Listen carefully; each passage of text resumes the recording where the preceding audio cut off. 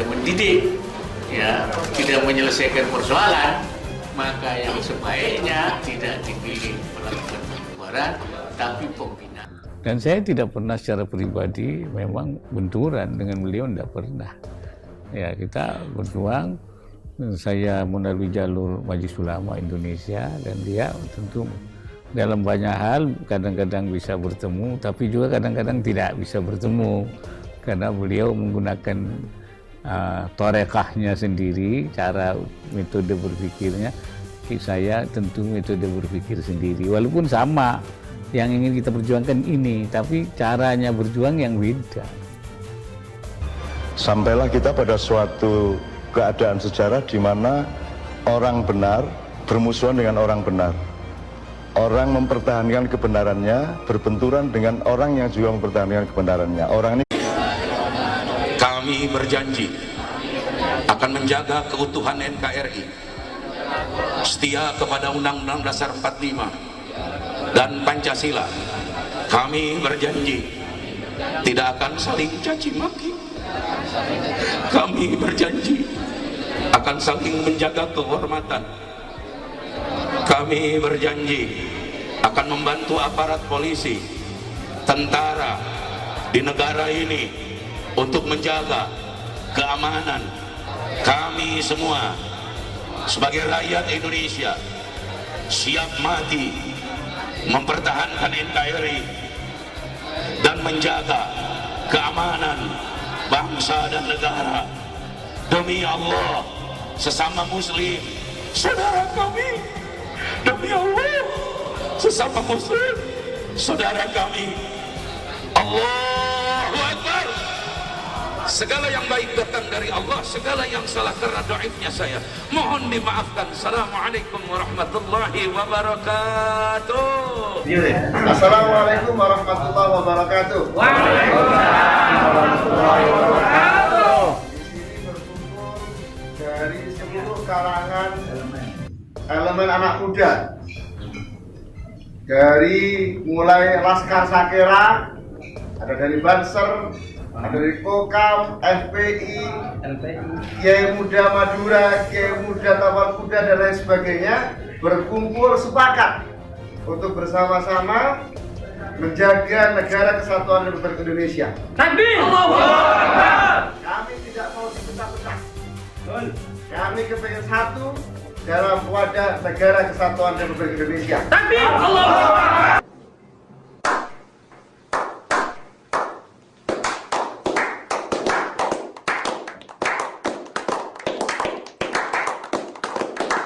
Kita pembubaran itu sebenarnya tidak mendidik, ya, tidak menyelesaikan persoalan, maka yang sebaiknya tidak dipilih melakukan pembubaran, tapi pembinaan. Dan saya tidak pernah secara pribadi memang benturan dengan beliau, tidak pernah. Ya, kita berjuang, saya melalui jalur Majelis Ulama Indonesia, dan dia tentu dalam banyak hal kadang-kadang bisa bertemu, tapi juga kadang-kadang tidak bisa bertemu, karena beliau menggunakan torekahnya sendiri, cara metode berpikirnya. Saya tentu metode berpikir sendiri, walaupun sama yang ingin kita perjuangkan ini, tapi caranya berjuang yang beda. Sampailah kita pada suatu keadaan sejarah di mana orang benar bermusuhan dengan orang benar. Orang mempertahankan kebenarannya berbenturan dengan orang yang juga mempertahankan kebenarannya. Orang ini, tapi kan benarnya orang banyak tidak sama dengan benar yang sejati. Benar yang sejati ini sesuatu yang sangat bersifat cakrawala, yang harus kita tempuh berjalan ke sana terus-menerus, yang mungkin nanti ada hubungannya sama Allah. Apalagi Allah sendiri menyatakan kebenaran itu datangnya dariku. Manusia hanya dapat cipratannya dan menafsirkannya. Nah, tafsir kebenaran ini kita harus berhati-hati, karena saya menafsirkan kebenaran beda dengan Anda menafsirkan kebenaran, dan saya tidak akan mempertengkarkan tafsir saya dengan tafsir Anda. Yang harus keluar dari diri saya kepada Anda adalah mencoba berusaha menggembirakan Anda, membuat Anda nyaman, membuat Anda aman. Tidak saya curi barang Anda, tidak saya nista harga diri Anda, dan tidak saya bunuh nyawa Anda. Kayaknya sih kita harus berhenti mencari apalagi kemudian menuding, membenci, dan ingin memusnahkan siapa yang salah. Karena bagi yang kita tuduh siapa yang salah itu, bagi mereka kita yang salah. Jadi kalau boleh sekarang ini kita mulai belajar mencari apa yang salah dan apa yang benar. Yang salah bisa pada saya, bisa pada Anda, yang benar juga bisa pada saya, bisa pada Anda. Jadi kita mencari apanya, bukan siapanya. Kita mempersoalkan nilai, bukan mempersoalkan manusia. Kalau sebagai manusia, sebagai sesama bangsa, kita wajib menerima semuanya. Kalau kita mempertengkarkan siapa yang salah, siapa yang benar, itu nanti akhirnya yang terjadi bukan pembuktian mengenai kebenaran, yang terjadi adalah kalah menang secara kekuatan. Dan kalah menang secara kekuatan itu sebenarnya adalah tataran yang paling rendah dari manusia. Karena manusia itu, dia diciptakan menjadi manusia itu kayaknya bukan untuk mengalahkan orang lain, kecuali sepak bola, tinju, bendik, obak sodor, itu kalah sama orang lain tidak apa-apa. Tapi kalau hidup ini, kita tidak ngalahin siapa-siapa. Setahu saya semua nilai, baik agama maupun yang pencariannya manusia sendiri, hidup adalah mengalahkan diri sendiri. Gitu. Jadi saya ini mohon maaf tidak pernah bisa ikut kompetisi kalah menang. Apa pilkada, apa pilpres, apa pildes, saya nggak pernah ikut.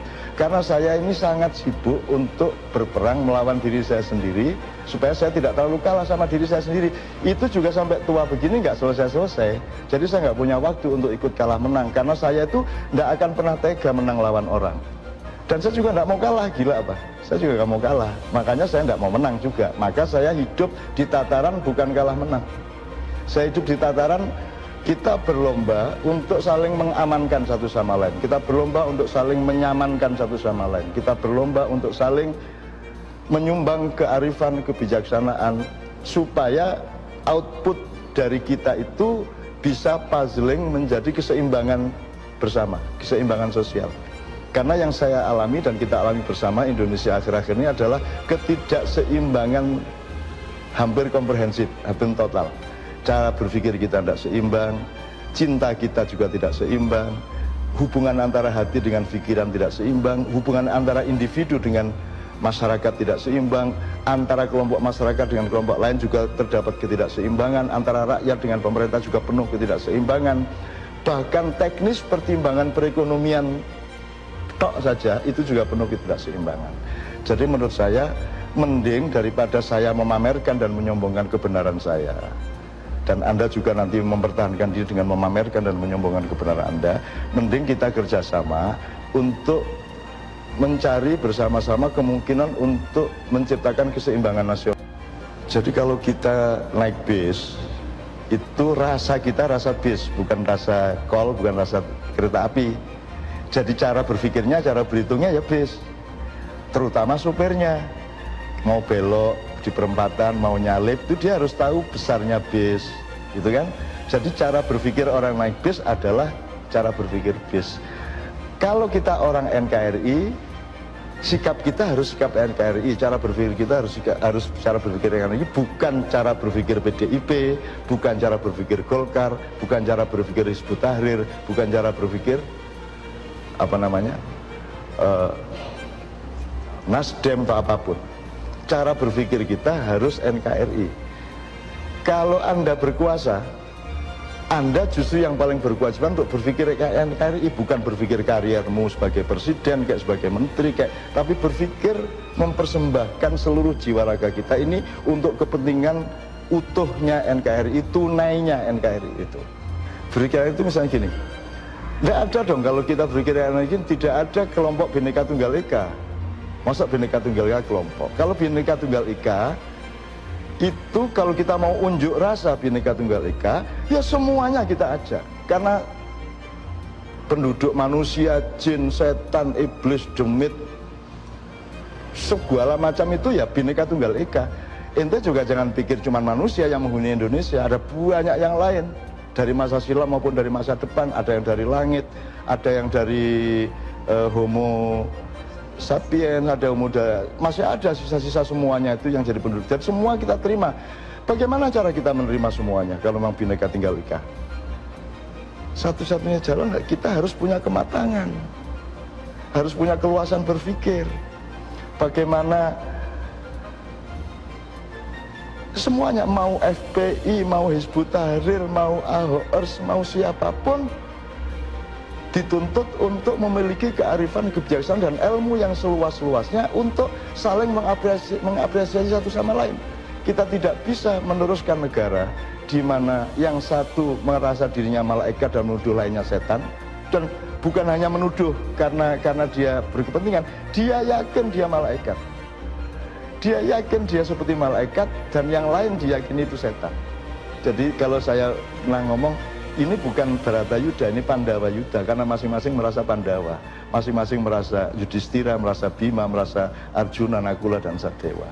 Selama kita masih seperti itu ya saya tidak mau ikut-ikut gitu loh, karena Indonesia sangat